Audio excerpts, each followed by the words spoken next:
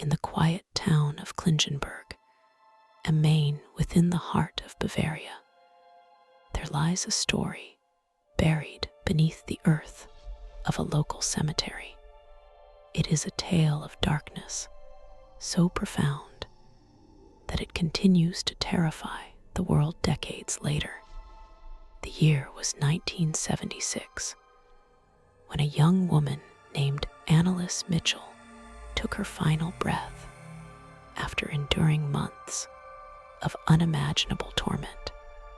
Her screams, recorded on rough magnetic tape, still echo with a chilling intensity that defies rational explanation.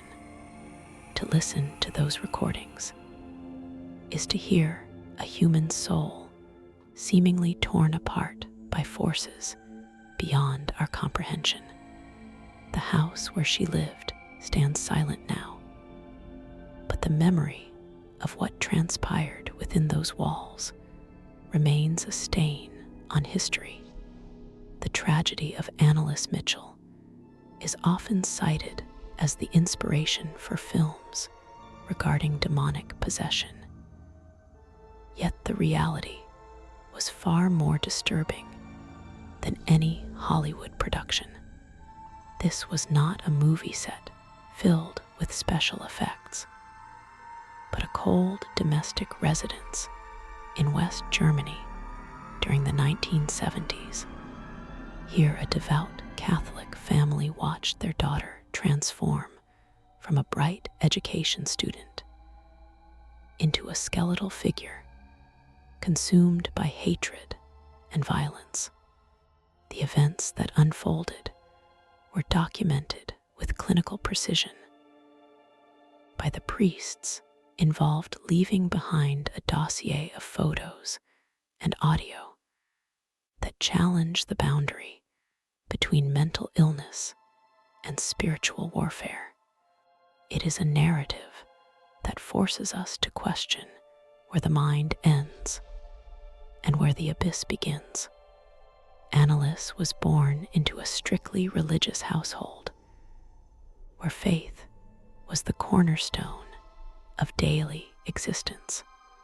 Her parents, Joseph and Anna, raised her with a deep fear of sin and a rigid adherence to Catholic doctrine. Life in their Bavarian home was structured around prayer and penance, with little room for the casual freedoms enjoyed by other teenagers of the era. Despite this austere upbringing, Anneliese was known as a kind and intelligent girl who harbored dreams of becoming a teacher. She played the accordion and attended Mass, regularly displaying a devotion that seemed admirable to her community. However, beneath this veneer of normalcy, a storm was gathering that would soon shatter the peace of the Michel family forever. The nightmare began subtly during her 16th year, when Anneliese experienced a sudden and terrifying blackout at school. Her body went rigid, and she lost consciousness in a state of paralysis that left her confused and frightened. Unlike a typical faint, she felt a heavy pressure on her chest, as if a great weight were crushing the life out of her. She could not speak or call for help during these episodes. When she awoke, she had no memory of the event itself, but the lingering fear was palpable. Her parents, concerned for her health, sought medical advice, hoping for a simple explanation. The doctors diagnosed her with temporal lobe epilepsy, a condition that affects the part of the brain responsible for emotions and memory. Medical professionals prescribed anti-seizure medication to control the episodes, but the drugs seemed to have little effect on her condition. Instead of improving, Anneliese began to deteriorate in ways that medicine could not explain. She started to see grimacing faces observing her from the walls and the floorboards. These hallucinations were not merely fleeting shadows, but distinct and terrified visages that mocked her day and night. She reported hearing voices that no one else could hear. They whispered to her that she was damned and that she would rot in hell. The voices were persistent and malicious, eroding her self-esteem and driving her into a state of deep depression and spiritual despair. As the months turned into years, the conventional treatments continued to fail. Anneliese was prescribed various medications, including Tegretol and Zentrapel, but her mental state only worsened. The seizures became more violent, and the hallucinations grew more vivid.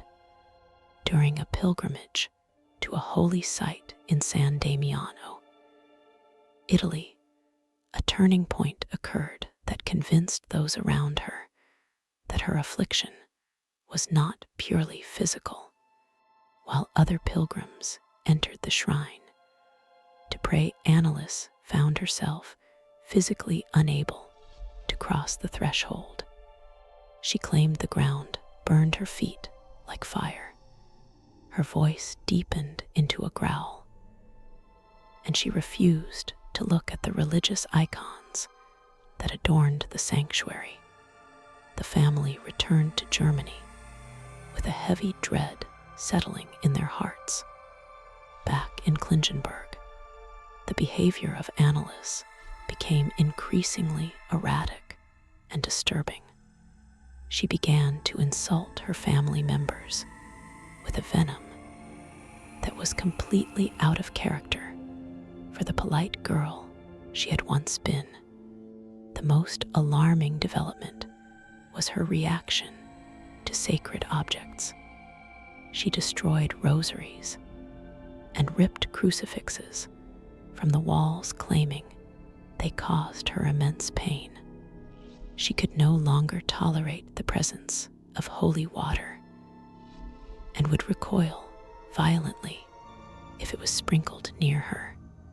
The smell of something burning and the stench of excrement began to permeate her room, even though no source could be found.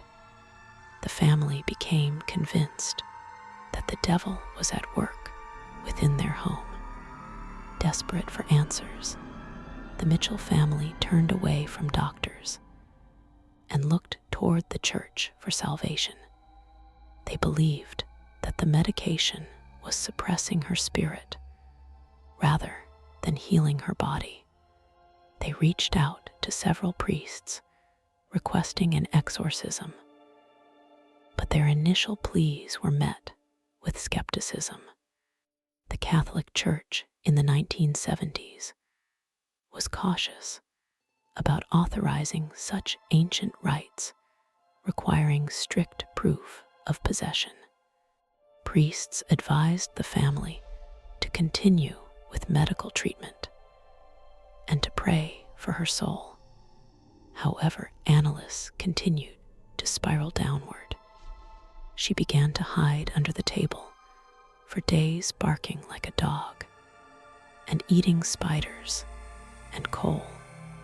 She would urinate on the floor and then lick it up.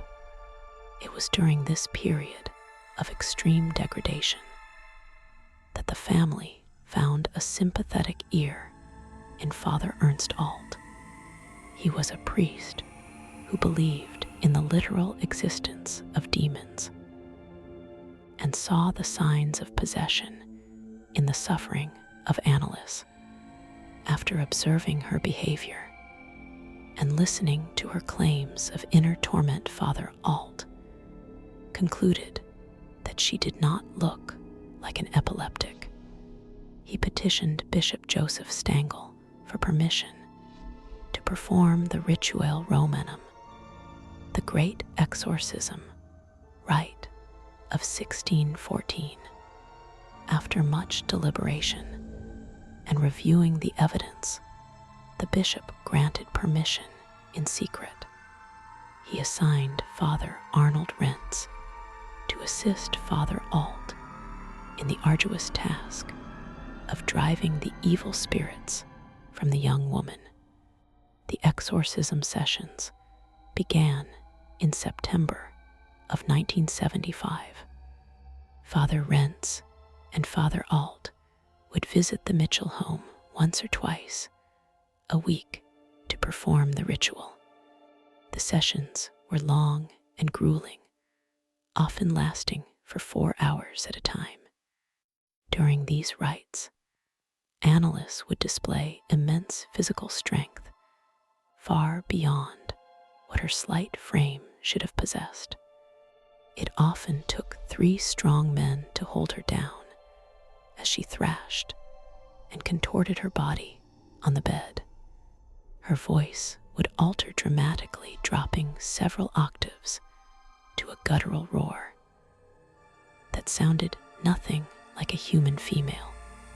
The priests began to record these sessions on tape recorders to document the battle for her soul.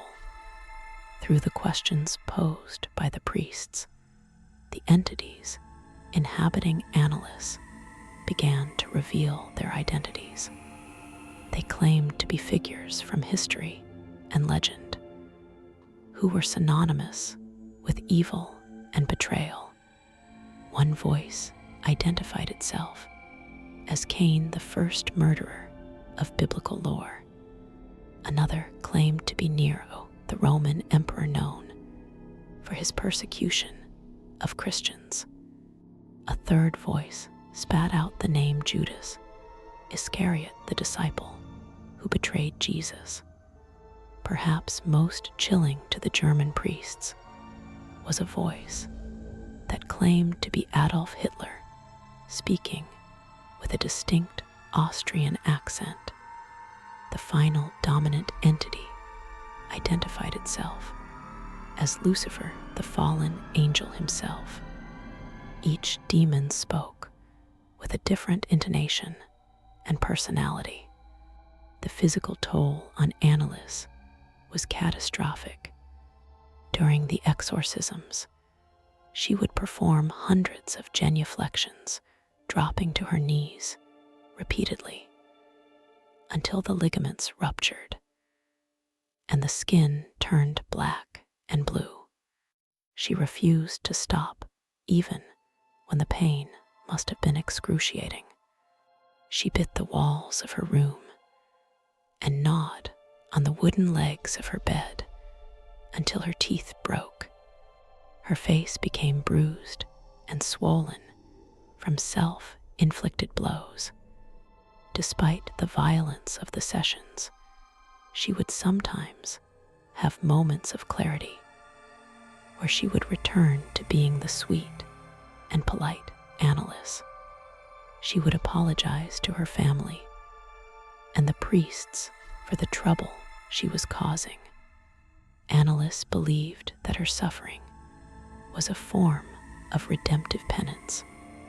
She told the priests that the Virgin Mary had appeared to her and given her a choice. She could be delivered from the demons immediately, or she could endure the possession to save the souls of others who had lost their faith. Anneliese chose to endure. This belief fueled her refusal to eat. She gradually stopped consuming food, claiming that the demons would not allow her to swallow. Her weight plummeted dangerously as her body began to consume itself for energy. The parents watching their daughter waste away felt trapped between their faith and the horrifying reality before them. The winter of 1975 passed into the spring of 1976, and the exorcisms continued without success. The demons would seemingly retreat only to return with greater ferocity. The priests and the parents were locked in a cycle of ritual and despair. They did not call for a doctor during this critical time, fearing that the medical establishment would forcefully commit Anneliese to a mental asylum where her spiritual battle would be lost. They placed their trust entirely in the hands of the exorcists, believing that only the expulsion of the demons could save her life. This decision would later become the focal point of an intense legal and ethical debate. By May of 1976, Anneliese was barely recognizable. Her cheeks were sunken, and her eyes were surrounded by dark bruising. Her lips were cracked and bleeding, and she had lost patches of hair. She was running a high fever and suffering from pneumonia, yet the sessions persisted. The audio tapes from this period are harrowing. You can hear the priests shouting commands in Latin and German, while Anneliese screams in agony and rage. The sounds of struggle and the breaking of furniture provide a terrifying backdrop to the theological interrogation. It was a war of attrition, and Anneliese was the battlefield. As summer arrived, her body began to shut down completely. She weighed less than 70 pounds and could no longer stand without assistance. Her knees were so damaged that she could not genuflect, leaving her to crawl or be carried. On the 30th of June, 1976, the final exorcism was performed. Anneliese was weak, and her voice was a mere whisper. She received absolution from the priests, but the demons did not leave. That night, she told her mother that she was afraid. Those were her last known words. She went to sleep in her bed and never woke up. On the morning of July 1st, 1976, Joseph Mitchell found his daughter dead. The silence in the house was heavier than the screams had ever been. The priests were notified, and they in turn contacted the authorities. When the police and the doctor arrived, they were greeted by a scene of utter devastation.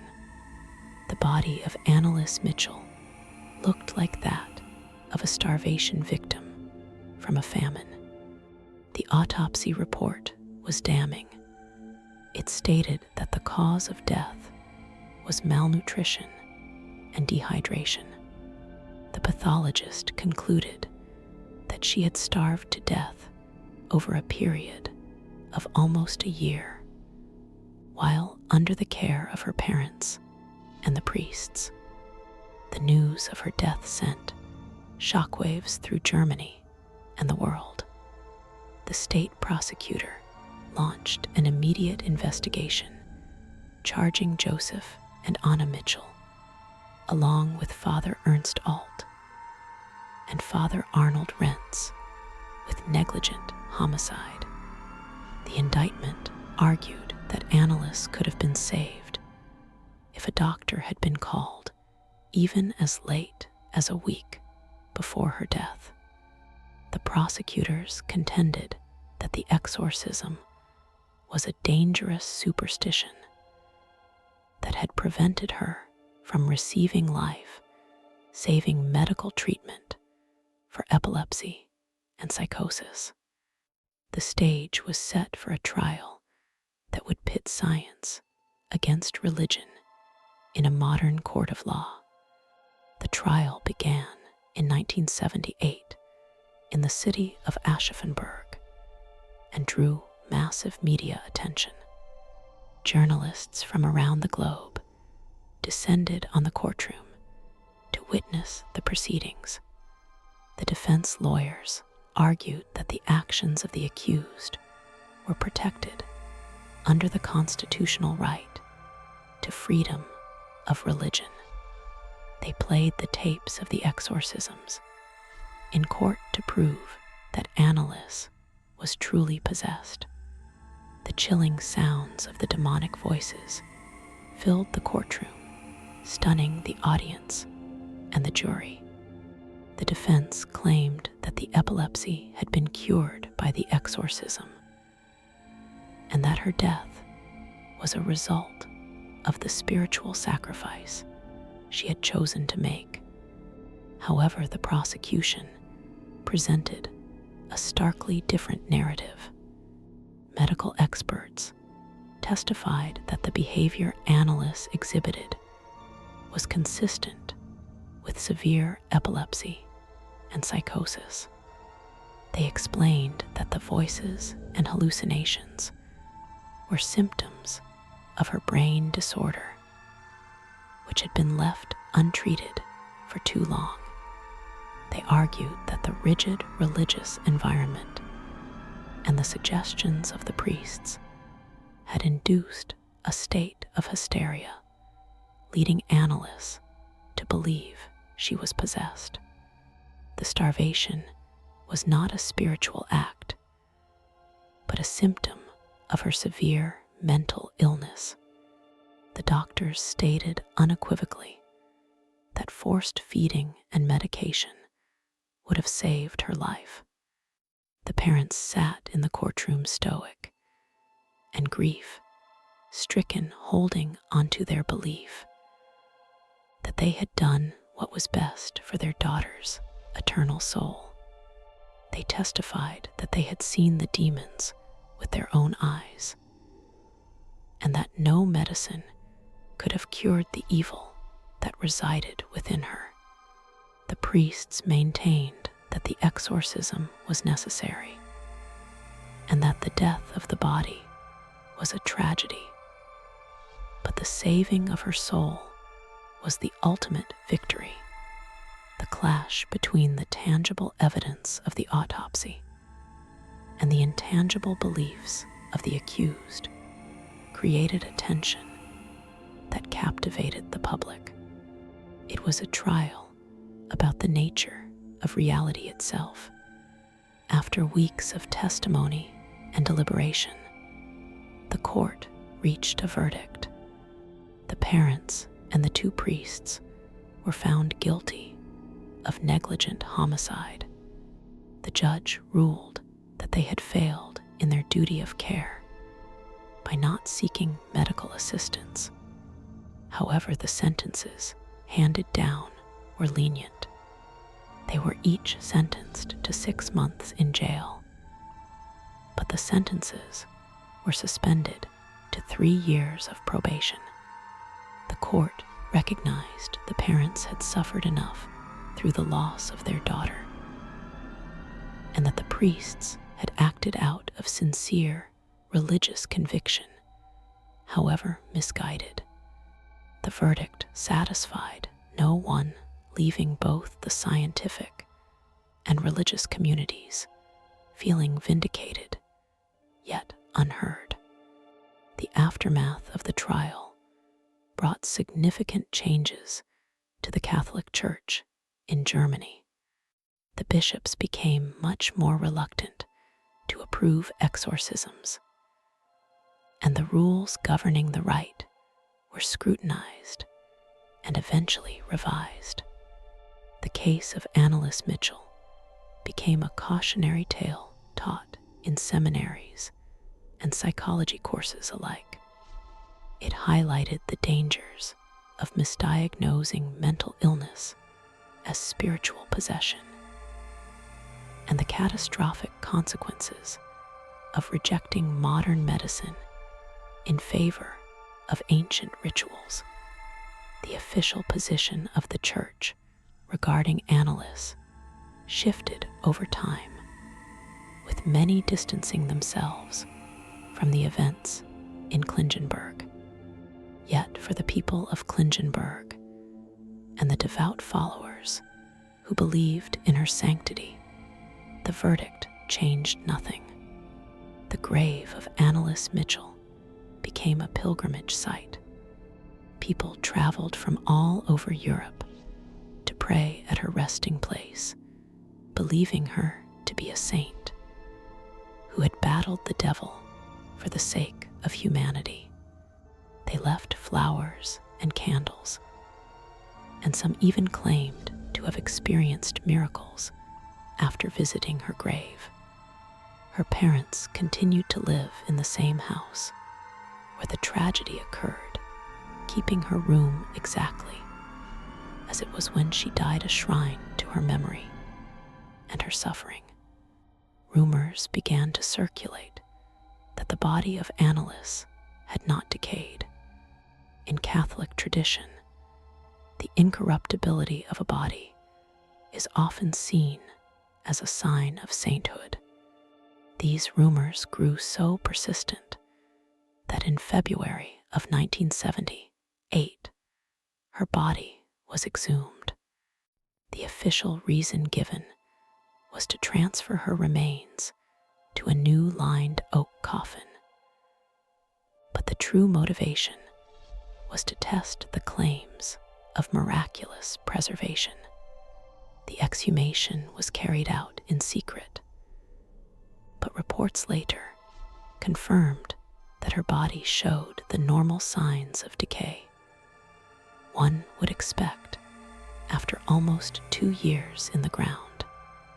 No miracle was found. Despite the scientific findings, the legend of Anneliese Michel persisted. The audio tapes of the exorcism were leaked and circulated widely, finding their way onto the internet years later. They became fuel for nightmares and fascination, inspiring horror movies such as The Exorcism of Emily Rose and Requiem. These films dramatized the events, often taking liberties with the facts, but they succeeded in keeping the story alive in the public consciousness. The real Anneliese, however, was lost behind the sensationalism, her human identity overshadowed by the demons that allegedly possessed her. Looking back at the photos taken during the exorcism, one sees a young woman in profound distress. Her eyes are often rolled back in her head, and her face is contorted in a rictus of pain.